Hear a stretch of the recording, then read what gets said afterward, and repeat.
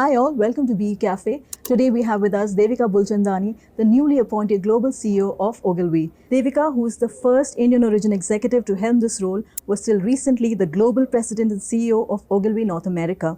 In her 3 decades in this space, she's led some breakthrough campaigns and is truly a force to reckon with in the creative universe.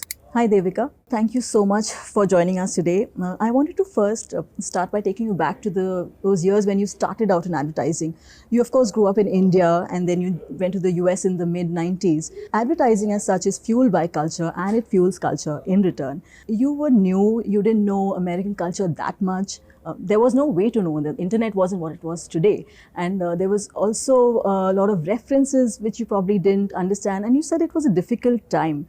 But do you think that made you even more determined and maybe even brought in that fresh perspective to the job at hand? In the beginning, it wasn't determination as much as it was just trying to understand where I fit in and how I fit in, right? And I have to say, I think the first 7 years that I lived in the US, I lived like an Indian in US, right? And I felt like an outsider. And then I had an epiphany to say, the reason I'm an outsider is because I'm behaving like an outsider. The only way to become an insider is when you put in the effort to learn about, where you are. And then I made a real effort to make new friends, to actually learn about the culture, to be with the people, to start feeling like I belonged. And that was just from an emotional perspective, actually feeling a sense of belonging, and from a professional perspective, being able to understand. I had to do the learning because I was coming into a place, and it's the same thing. If people come to India, we expect them to learn our ways, right? Yes. That part of it, I was totally aware of having grown up here. But the part that I had to go somewhere else and actually learn wasn't that natural in the beginning. I always give this example to say, I didn't know what an Oreo was. Yeah. Right? I knew glucose biscuits, I knew Marie biscuits, I don't know what an Oreo was. But even that little thing, but we start talking about, in advertising, you talk about products and you talk about what's happening in the world, and all of that was foreign. So it took a bit of sort of learning on my own part and a little bit of humility on my part to say that it was up to me. Right. Let's talk about the right brain, left brain convergence. Now, the industry has been characterized by these debates and discussions, consultants versus creatives and things like that. And now we see more and more business leaders anyways talk about approaching every goal, every objective creatively. Now, the ad industry has always had this dynamic blend of strategy and creative, and it's sort of probably even reclaiming that today. You yourself come from strategy, you came from strategy to creative. So where do you see this convergence right now? So first I would say there was a really interesting study done by IBM, one of our marquee clients, and they asked 1,500 CEOs, what's the most important value that they want in their employees? And number one, guess? Creativity. Creativity. Yeah. Right? So it's actually really interesting because you talk to any leaders today and they talk about how important creativity is in their business. And not creativity just in the way we define it, right? Because we define it by what we do in our industry. But if I take a step back and you think about creative thinking, tell me which industry creative thinking is not important in. True. Tell me how any innovation has happened in the world that didn't require some amount of creative thinking. Yeah. So that, I said this yesterday, I said for some reason creativity is under threat, yet the whole world and every industry depends on creativity as the most important thing that it needs in its employee base. Yeah. Right? So I don't even think it's the convergence. Yeah. Yeah. I think creativity that solves business problems. By the way, businesses should be solving human problems, right, at the end of the day, Right. is alive and kicking and has never been more important. True. Taking from that, let's touch upon brand building a bit. Today is the era of multi-channel, multi-platform messaging, where you're really actually just targeting an audience of one at the end of the day with hyper-personalization, and then you also have real-time interactivity. So are there any challenges when it comes to mindfully crafting that core idea and then kind of disseminating it into all these channels and platforms? Are there any kind of challenges you face? Of course there are, because it's so easy, it's so difficult. I want to rephrase. It is actually so difficult to come up with that idea, to sweat it, to think about it, and to find that sort of perfect symphony of a human insight, of a cultural tension, of the brand's role in that, right? When we find that, now all of a sudden you have to take that and express it in an ecosystem that is really complex, that ranges from using tech and data, that ranges from storytelling in long form that goes to a 6-second, you know, and that goes. So of course it is. Yeah. But that to me is where we come in, right? Because what we need to do is to be the architects of those idea ecosystems today, right? And also be sort of brutal stewards of that idea. True. And sometimes, is there a risk of the idea overpowering the brand itself? Sometimes you don't remember the brand, you remember the idea. The best ideas, the brands are integral to that, right? Because the role of the brand, if you just come up with any random idea and the brand has no purpose, you know, speaking about that or having that as a platform, then I'm sorry, but that's not great marketing or advertising. This came to our minds, especially because when we saw Fearless Girl. I knew you were going to ask that. The Fearless Girl example. It was not meant. Fearless Girl was meant, like if you think about the core message of it, right? That's a B2B business. It's a very small audience. So what I'm going to say to you is it actually reached way beyond its target. It reached way beyond what it was meant to do. Right? So if State Street Global Advisors got even 20 consumers out in the world knowing them, yes. Okay. Right? That's 20 more than would have ever known their name. That's great. Speaking of the hyper-connected consumer, just going back to that experience, and experience is becoming everything now. And I know that Ogilvy is really kind of focusing on brand experience.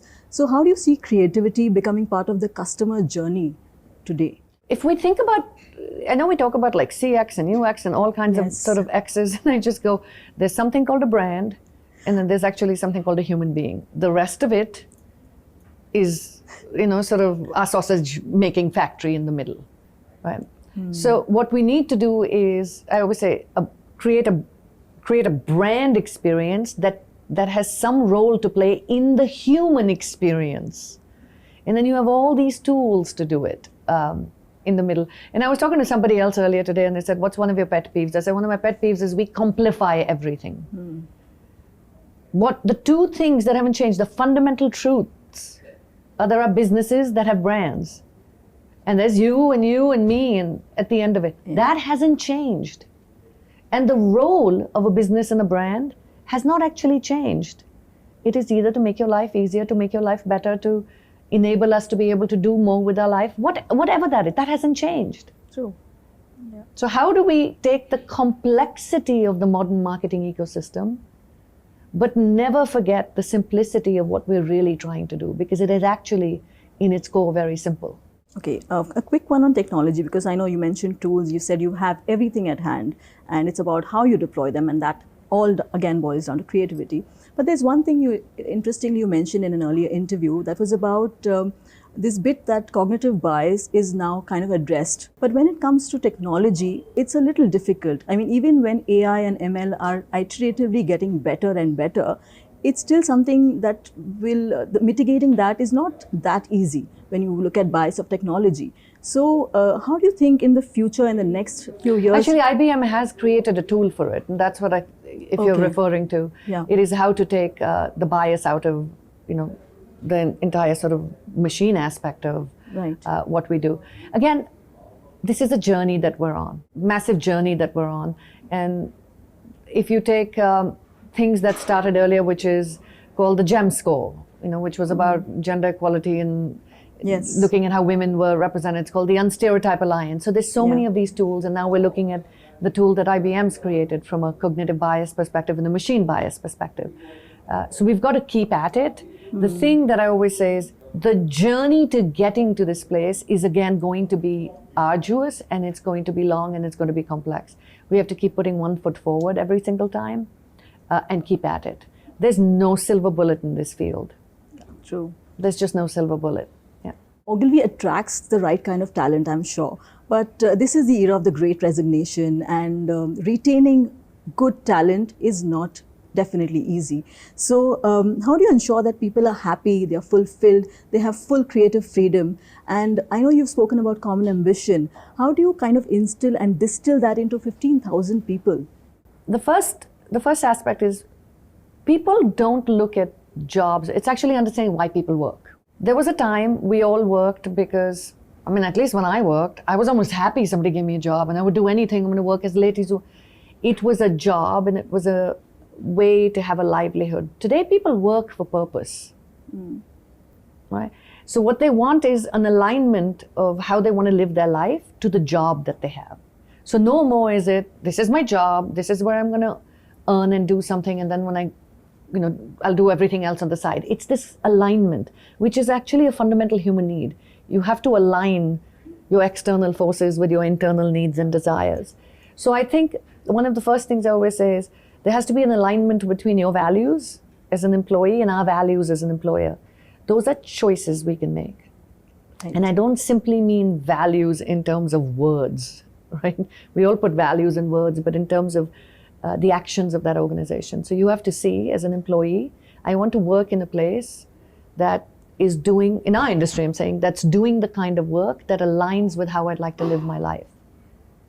Because then I can't make somebody's job fundamentally easier. I always say, I just cannot. We're in a tough industry. But if you find that alignment, it makes it worth it. That's one. Two, you've got to treat people well. Right? There was a power structure between the employer and the employee, and that power structure has changed. And that is a lot of sort of work that we do as employers today to say, what does the modern power structure look like when it comes to that balance? And therefore, what is the role of an employer? Because it's always been, what's the role of the employee? So today you go, what's the role of the employer? Yeah. Right? Yeah. And then the third thing, pay equity. It's how are we being fair? One of the things I talk about to all our employees all the time, to everybody frankly, is profit is freedom. Because in our industry especially, we tend to shy away from money conversations. Actually, making money, I always tell people, is like, if we make money, we make profit, we can invest it back in our people. Yeah. But if we don't make money, then I don't know how to take care of our people. Interestingly, you also said this earlier when you were talking about Gen Z and them voting with their wallet. I mean, it's kind of somewhere similar. There are values, and if they are paying for it, they're paying for those values as well. And by the way, that time when they come to work is also currency. So if I'm going to spend time, I'm going to give my time to an organization. You need value alignment there too. Time is currency as well. Right. This is my last question. As we go forward, I think leaders will probably be viewed lesser from a prism of gender, more and more maybe. But I know that being a woman executive and being a woman leader has been really important to you in your journey. Do share with us how working at McCann and then also perhaps later learning from Sherry Lazarus has kind of influenced you in your journey as a woman leader. I've always found it really good to learn from the things I didn't want to do. And one of the things I realized, and I've had some of the most incredible men, and I've sort of talked about them publicly to say, well, there was Cyrus Diamond at McCann who gave me the best preparation anybody could ever have to run a global organization. He told me 6 years ago, you're going to do it one day, I'm going to get you ready for it. And he did. I've had somebody like Rob Riley, who's my friend, my partner in crime, but just believed in me to the extent I started believing in myself. I even remember one day going like, I can really do that? Like, I was like, okay, somebody believes in me. And then Mark Reed, who actually is the one who gave me the platform. 3 men. Yeah. Right? But I've watched them and I've watched other men, and I'm like, I will take that from you, but I will actually not take a few things. And I'm going to talk about what those are not. But I've also had, Shelley I've admired, who's sort of, I call her often, and she always answers my call. Because to me, understanding the past of this organization is the only way you can take it to the future. And I've obviously, looked at her from afar. And then I've had Nina DeSessa, who's been a woman. She taught me how to lead like a woman. And my biggest thing has been, I don't want to just become a leader. I want to change the codes of leadership. And the codes of leadership were written by men. So, case in point. You never wear your emotions on your sleeve at work.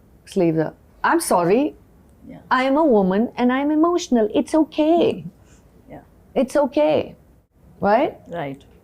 And it's like, don't even talk about certain things in the office because you don't want them to know. So one of the things I would always do is if I was going to leave for my son, by the way, I'm a woman, in the US, I'm a diverse woman, and I have 2 kids. I raised 2 children.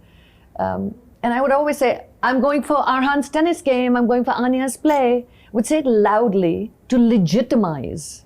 Lovely. Right? The other thing I would always do is have, and I still have it, there's a drawer full of candy, chocolates, and coloring books, because I'd encourage children to come in, people to bring their children in. And I always wanted them to come to where I was sitting, because children are losing their parents to work in some ways. And I wanted them to know that mommy and daddy are going to a great place. Yeah. You know, another example I'll give you, during the pandemic, I'm sure you all, anybody who's a parent, anybody who's especially a female parent, like a mother has done it. I'm sorry. When your kid came into, and I would always tell everybody to say, stop saying sorry. That child thinks you've apologized for him or her. Imagine that. And what are you sorry for? Yeah. You're sorry to your colleagues that your child during a pandemic came and interrupted. So what I would do is I'd actually stop the meeting and I'd say, let's talk. And I'd like, you know, whoever the child is, I was like, hi. Yeah. Yeah.